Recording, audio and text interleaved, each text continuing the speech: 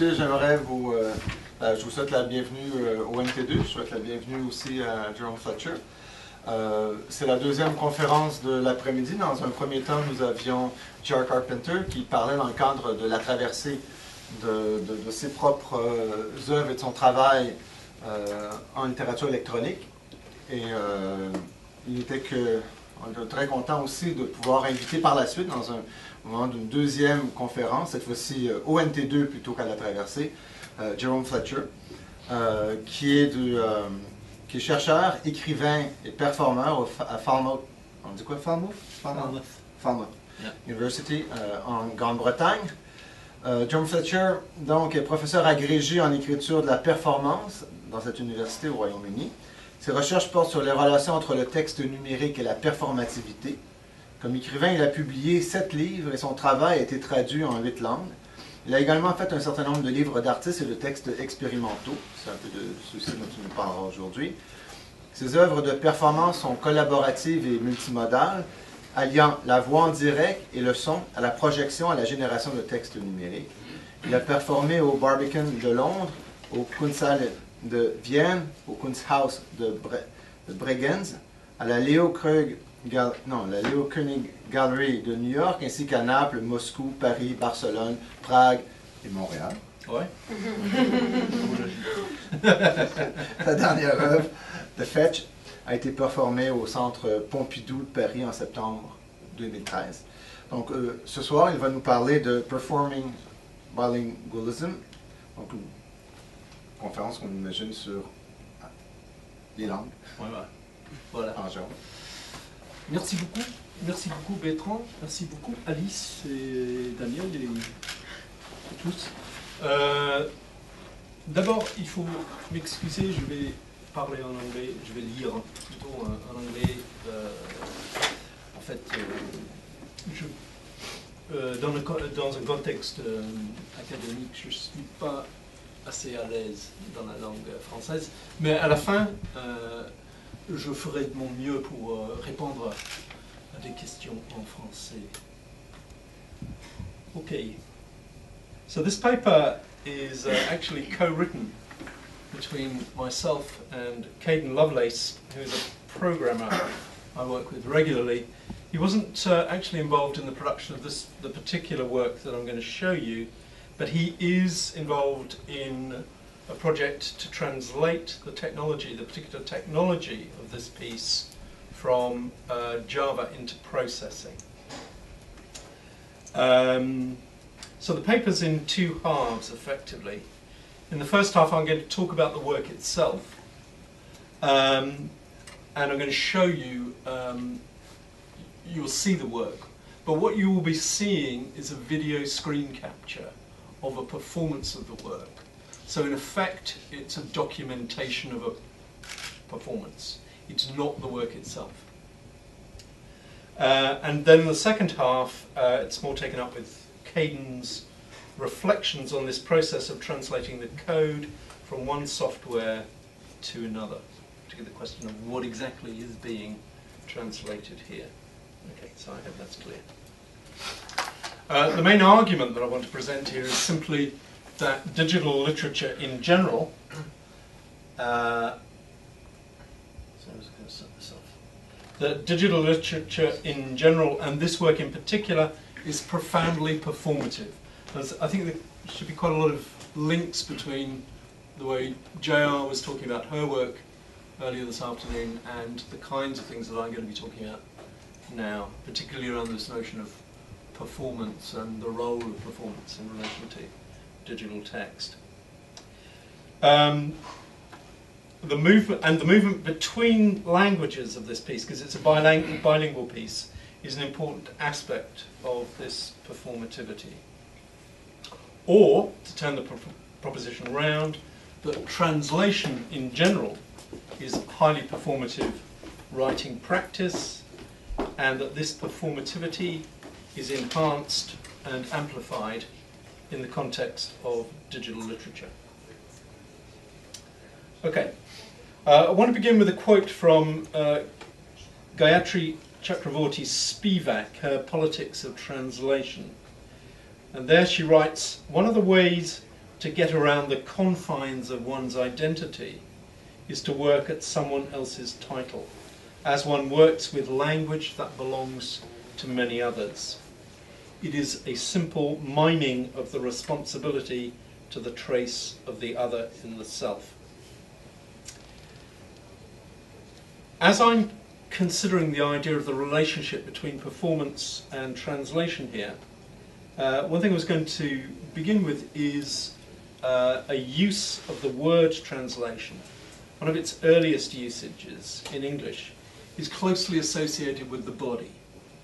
It refers to an embodied practice, and particularly a religious practice. When in the church a saint is newly canonized, their earthly remains are translated from the grave to a place of veneration.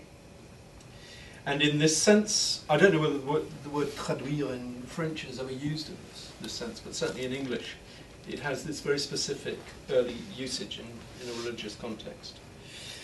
So this use of the term translation in a religious context focuses on the glorious transformation that occurs when the remains of the mortal body is translated into a place of worship. And fragments of it, relics, take on healing properties and other transformative powers. Significantly, this mode of translation also takes place in a very performative context, surrounded by ritual, incantation and procession, and occurs within designated sacred spaces. The outcome of this process contrasts, this process of translation, this mode of translation, contrasts with the traditional aspect of linguistic translation, the context in which we tend to use the term exclusively today. Linguistic translation is habitually viewed as a process which involves significant loss. Just as it's commonplace to speak of loss in translation, the process of making up the loss is a correspondingly important concern for the literary translator. So for my purposes, rather than just the narrower sense of linguistic translation, i.e. the shift from one language to another, I want to consider the term in its wider, more performative sense of a carrying over from one place to another, or one context to another. And I think there's an interesting link here to the word metaphor, which is in fact an exact Greek translation of to translate, literally a moving across.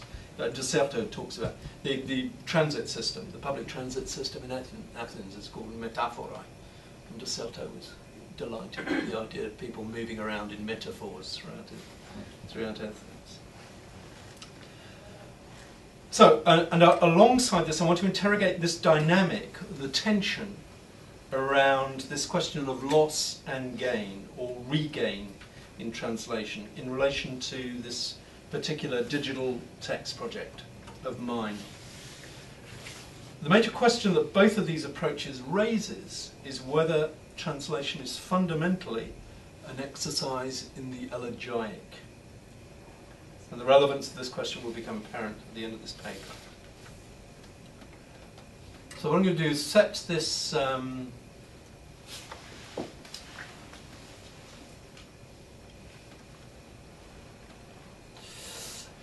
going to set this going.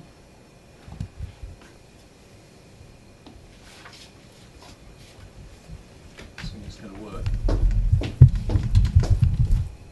Yeah. Okay. So as I say, this is a video screen capture of a performance of the work. So for a while now, I've been working with what digital theorist Alexandre Samer has referred to as a scratching technology.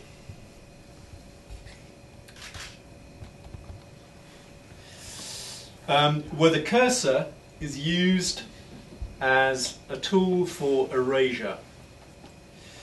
As it's moved across the screen, it apparently removes layers of text and/or image to reveal the contents of layers beneath. This is done manually using the mouse or trackpad, and this gives you a sense of how the process works. So the process might be described as excavational or archaeological.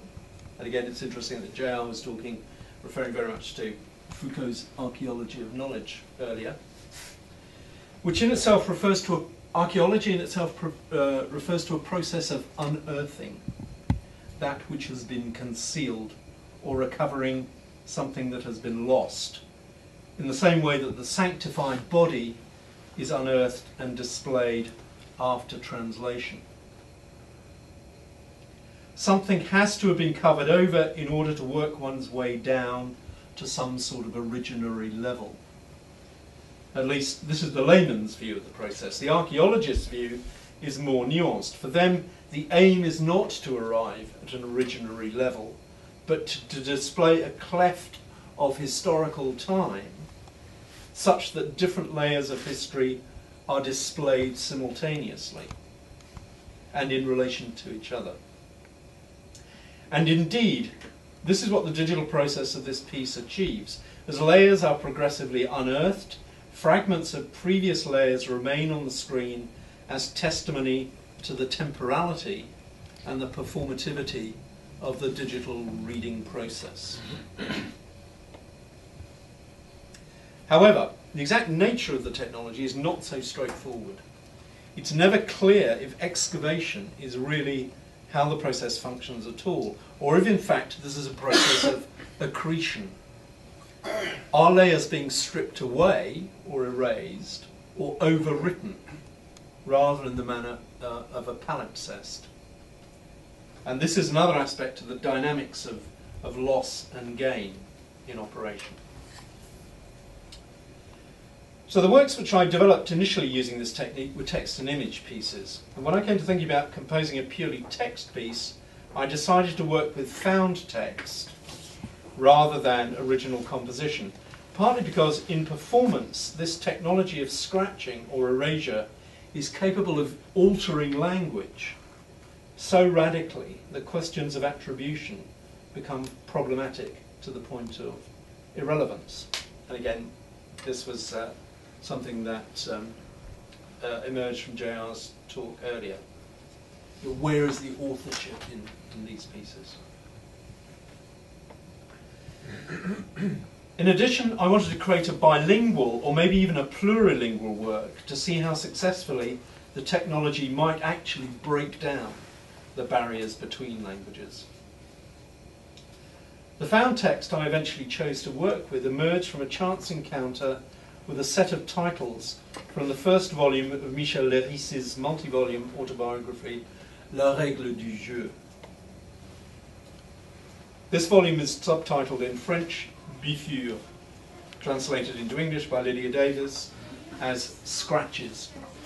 Inevitably, I was drawn to the obvious link here between the title of the book and the gestural and performative nature of the digital technology. In the event, I read the English translation Scratches first. The opening title is the opening chapter is entitled. It's entitled what you saw at the beginning of this. It's actually entitled Reusement, which I misread as reusement and assumed was an odd English neologism referring to some idea of reuse or recycling. This fitted perfectly well with my intention to reuse or use a found text for the digital work. Now, intriguingly, when I came to read the French original, I saw that the title of chapter 1 was also the same word, in that case, Reusement. Moreover, Reusement doesn't exist as a French word, any more than it does as an English word, or any more than reusement does as an English word. You won't find it in either Robert or the OED. As a written word, it sits in the interstices, in the gaps between these two languages. Thus, I decided that the title of this digital text work should be a non-existent French word translated into a visually identical, non-existent English word. A rather troubled bilingual piece.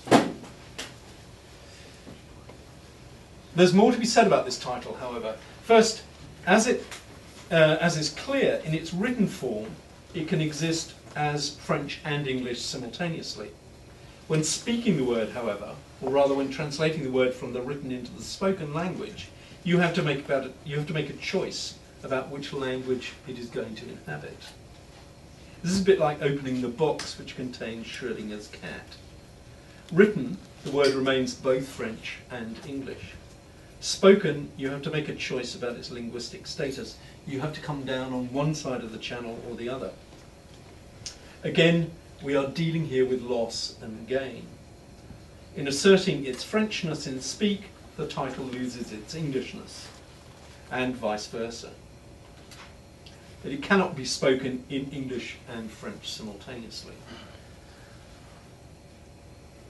I think there's an interesting comparison here with Wittgenstein's Duck Rabbit, and the way he talks about that image which can be seen as either a duck or a rabbit, but it cannot be seen at the same time as the same. And there's a bit around the nature of consciousness, which I'm not going to deal with at the moment. I think there's quite an interesting link there. So returning to the title of this piece, another significant loss results when the written word is translated into the spoken, namely the ellipsis at the beginning, those 3 dots that preceded the title. This diacritic mark was one of the aspects that drew me to the word as a possible title. The ellipsis is itself a marker for loss, a visual sign that something has gone missing. And in relation to the content of Léris's chapter, this makes absolute sense, as I shall show. The first chapter of Léris's memoir is taken up with a single event from his childhood. It's an unreliable account of an incident where he drops a toy soldier onto the floor from the table where he is playing with them in the family home. Its unreliability stems from the admission by the writer that he can't remember the exact details of the event. He presents an array of fragmentary memories, possible scenarios, rooms, items of furniture, etc., in a vain attempt to arrive back at the original moment. He also describes the panic that sets in as he goes looking for his fallen soldier, and the subsequent expression of relief, Reusement, a contraction of heureusement, meaning phew or thank goodness, when he retrieves it. The text then relates to 2 instances of loss and recovery. The young Léris searching for the lost toy soldier, and the adult Léris locating and assembling fragments of memory in an attempt to give a precise account of and regain this indeterminate moment from his past. There are obvious parallels here with the process by which the digital text is performed. The performer has to search for texts on each layer, to find them among other text, and those texts themselves already pre-exist as fragments of Léris's found text. The performance of Reusement is a process of finding what is already there through the erasure of what is already there. Not that there can be any recomposition of an original narrative from the textual resources in the digital piece, unless of course the performer recognizes and knows intimately the source of the found text. To return to the narrative, when the young Michel utters his exclamation of relief, heureusement, his usage is corrected by an older sibling, or maybe a parent. He can't remember. He is told that the proper pronunciation of the word is heureusement, not heureusement. And the effect of this is to bring about a quasi-Lacanian moment of revelation. In being corrected, Leris comes to a sudden realization of the extent to which language is systemic and not entirely in his possession. Language did not belong to him alone, to quote Spivak at the beginning. He is caught up in its warp and weft, merely one node in a vast network of communication where each word is related to another. This is what he writes. This word, Reusement, which I had said incorrectly and had just discovered was not really what I thought it was before then, enables me to sense obscurely, through the sort of deviation or displacement it impressed on my mind, how articulated language, the Arachnean tissue of my relations with others, went beyond me, thrusting its mysterious antennae in all directions. In this context, in this interplay between possession and non-possession, I decided to edit the Leris chapter by extracting and translating only the genitive phrases, as the genitive case grammatically connotes possession. This had the consequence of giving greater cogency to the e-composition. Each layer of Reusement, reusement, comprises a text which echoes the classical form of a title. Of here can mean about or concerning, as in of grammatology, de la grammatologie, which itself is harking back to a titling practice of classical philosophy, for example, De Rerum Natura. Thus, rather than fragments of a narrative, the digital texts are presented here as a list of possible titles. Again, referring back to Spivak and her use of working with other people's titles.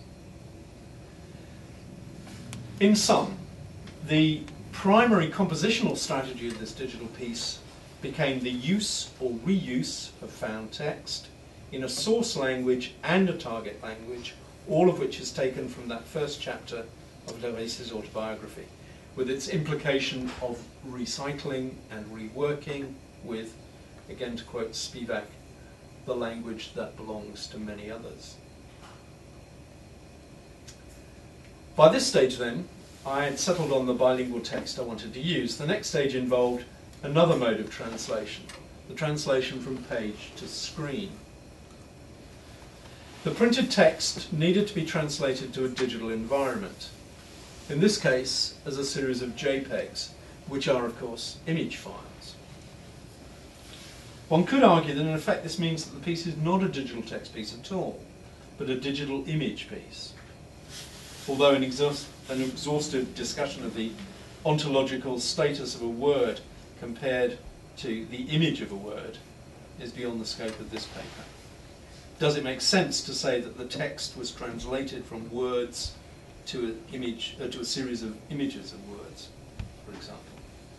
Certainly it can be said that there has been a displacement of language from the fixed environment of the printed page to the more mutable performative environment of the screen. On the page, the text either is or isn't. And I think you made this point earlier about the book. You know, it's kind of closed or it's open. It's in those two modes. In the new digital environment, first of all, the text is dispersed and is only instantiated or instigated, that's the term we used earlier, in the moment. Another characteristic of performance. But also the technology is capable of both altering both the visual aspect of a word or phrase and, as we shall see below, its nationality.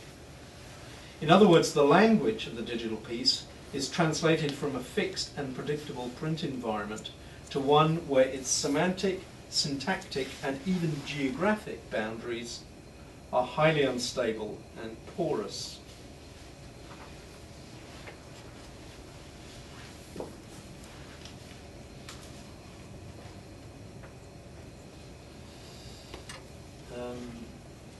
replay this. Bears repetition. It's better second time around. That's why it's called reuse. Exactly. So, to summarise thus far, the text of reusement undergoes a series of transitional processes. It ends up comprising texts or images of texts in translation, a set of parallel genitive phrases which are performed through a technology of erasure or perhaps overlay in a constant interplay of loss and gain. The translation itself emerges from a text about loss and retrieval, both of an object and of a memory. Leris's narrative of displacement is rendered and remediated through that process of displacement which is a performative translation.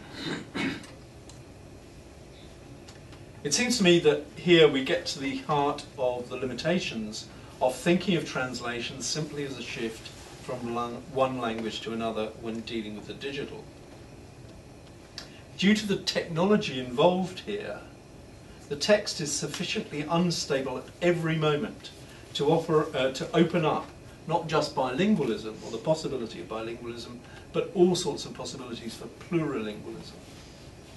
Thus, there are moments when words which appear in the context of one language can, through decomposition, the removal of letters or even accents, for example, be transformed into words in another language. Ranure, for example, can decompose into rain or inure. Pièce can become the English piece or pie or even the Spanish pie. That which is louche reveals the English ouch at its heart, and the French manger can turn to anger. The plurilingual potential of this stratified technology can be explored and developed with each new performance of the piece. And coming back to this point, this is just one of an almost infinite infinite number of possible performances of this piece as each person accesses and plays around with the text, the process of erasure in different ways. What starts out as a shifting bilingual text ends up in performance as a radically indeterminate text where a particular word, far from being locked into the language system it belongs to, can be wrenched out of that context and inserted into another language system. Again, loss and gain. So the whole compositional process of reusement, Reusement, is based on a variety of modes of translation and performance. Then the same can be said of the computational process. It goes without saying that software both translates and performs. They translate instructions into actions. There is even a sense in which working with the original programmer, who's called Toby Holland, my performative intentions for this work can be said to have been translated into Java code. In this project, however, there is a second translational moment involving the writing of code. Recently, I began discussing with performance writer and programmer Caden Lovelace the possibility of translating or porting the program for this particular project from Java to processing. This would allow greater flexibility and functionality. In particular, processing would allow live textual feeds to be drawn in rather than using pre-made JPEGs. It would also mean that instead of using the mouse or trackpad to control the cursor, a touch screen could be used, such that the same erasing effect could be achieved through direct contact with the surface of the screen. There's also the possibility of a number of different performers working with this piece simultaneously on a touch screen.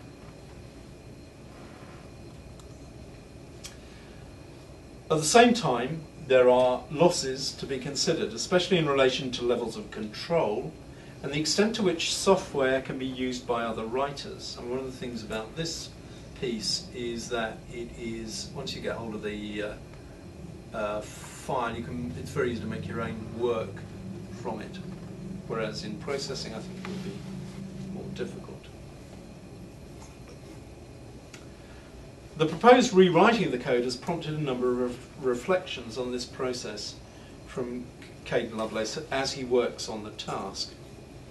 At first sight, the translation of code from one computing language to another might seem like a very different enterprise from the one that has been discussed so far, or indeed translation between natural languages. On the other hand, natural language is shot through, on the one hand, natural language is shot through with indeterminacy, contextual imprecision, cultural presuppositions, etc., whereas code is logical and transparent. However, Lovelace's point is that this is a misapprehension, that programming languages share with natural language a similar level of, quote, messiness, opacity, and hopefully even poiesis.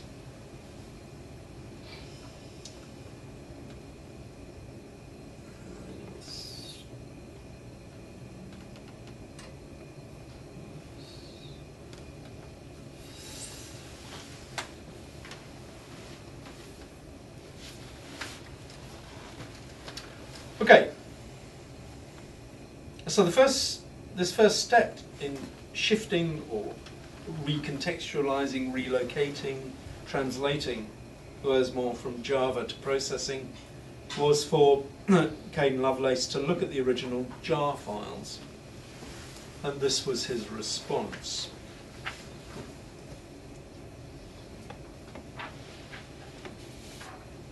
Quote, "As the file arrived, read in plain text, it was unreadable.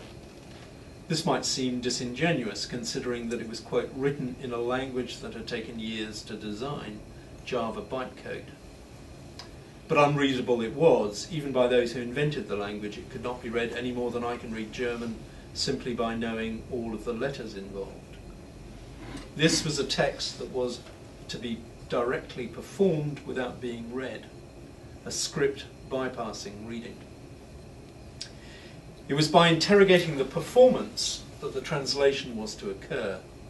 Noticing the buttons, the particular way the next layer always appeared after the current soup of images, the fact that the layers were all actual images stored in files, these combined with my knowledge of paradigms and computer programming enmeshed with the paradigms of thought, I came to a conclusion about what the author meant, even what the author might have done next. Some of these later turned out to be incorrect. Some of these thoughts I can gesture to, understand the problems, but the solutions are still unsolved. A sea of conjectured at words, punctuated by a sudden noun, with no tools to hand by which to scrape away at the edges and unearth meaning." Unquote. So the discussion at this early stage centered on deciding whether we were trying to recreate in the new language a faithful reproduction of the way the original work performed, or whether we were exploring the possibilities that the new language afforded in terms of functionality. It's interesting that one of the longest running debates in literary translation, that of fidelity to an original, should also be played out in relation to the translating of code. So this is a piece of code from an early attempt.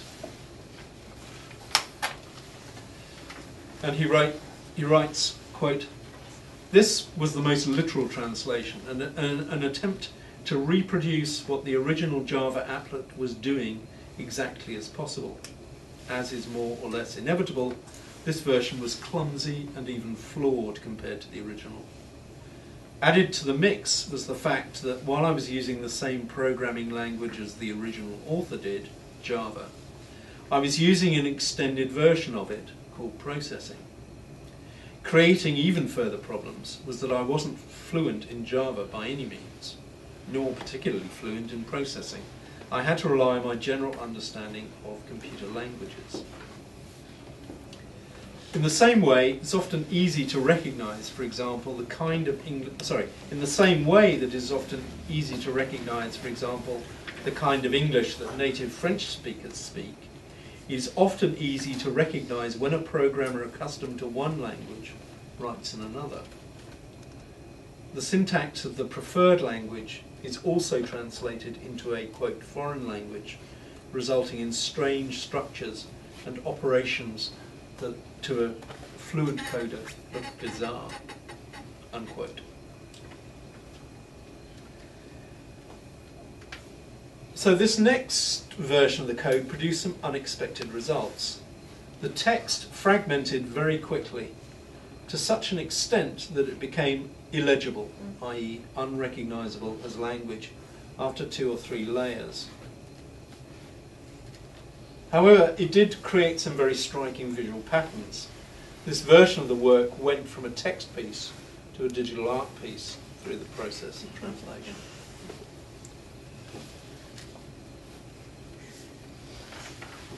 The next stage was a sort of conceptual translation. Again, this is a section of code from that.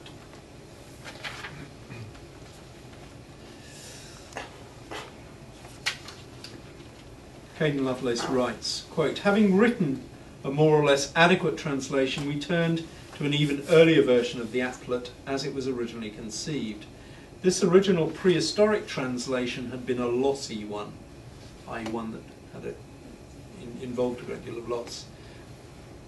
And indeed, it was always the idea that I would be translating from a vision that appeared to the author, rather than the uglier earthly version. This too turned out to be imperfect. The language and the coder resist some things and facilitate others. After a great deal of time working out how best to create the complex effect of excavating through many layers of text in the same way as one might through layers of earth, I came to realize that excavator was just one name for the applet that had had many previously, and didn't necessarily determine how it should function. In fact, it often made the resultant display unreadable unless you already knew what was underneath.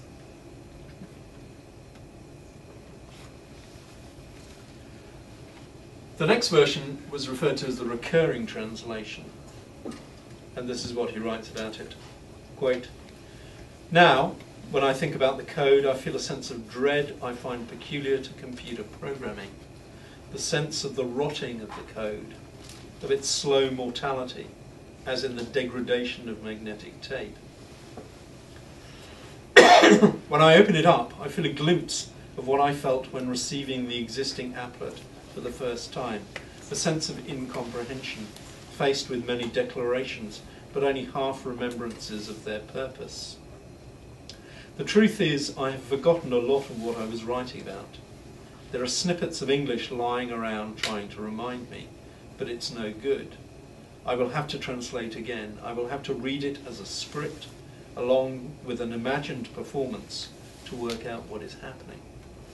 Doing this, I reconstruct an imagined original in my head. This original I then edit and rewrite, translating the changes back into code. Frequently, the existing code resists edits, forcing me to revise my translation to better reflect the code. We are back where we started. The code starts to run away, slipping out of the meaning I assigned to it and staring me in the face, incongruous and confusing. I pin it to higher and higher levels of abstraction, creating new words and commands to mean things I can no longer bear to understand. Sometimes I win this war, balancing structure against code perfectly, able to obtain a complete overview, understand the whole, and forget all about the parts. Other times I delay the structure too long, or build it too weak at points. I didn't know at the time, points I didn't know at the time were vital. After this, the code starts to engulf me, my every movement causing it to close in around me, multiplying my confusion. My file system is littered with projects that I can no longer venture into. them having sealed themselves shut behind me, writhing but impenetrable, a dead language. Unquote. So to conclude, the rewriting the code is obviously an ongoing project, and this account is necessarily incomplete. What I think is interesting is the extent of the overlap between the problems faced by the writer, translator, and the problems faced by the programmer. This is no simple shifting of one thing from another. Most importantly, it shows how digital literary work is shot through with translational processes, operating on the text, code, materiality, gesture, spatiality, and time of the work. It offers a large number of challenges, but also a large number of possibilities to this area of creative practice. Thank you very much.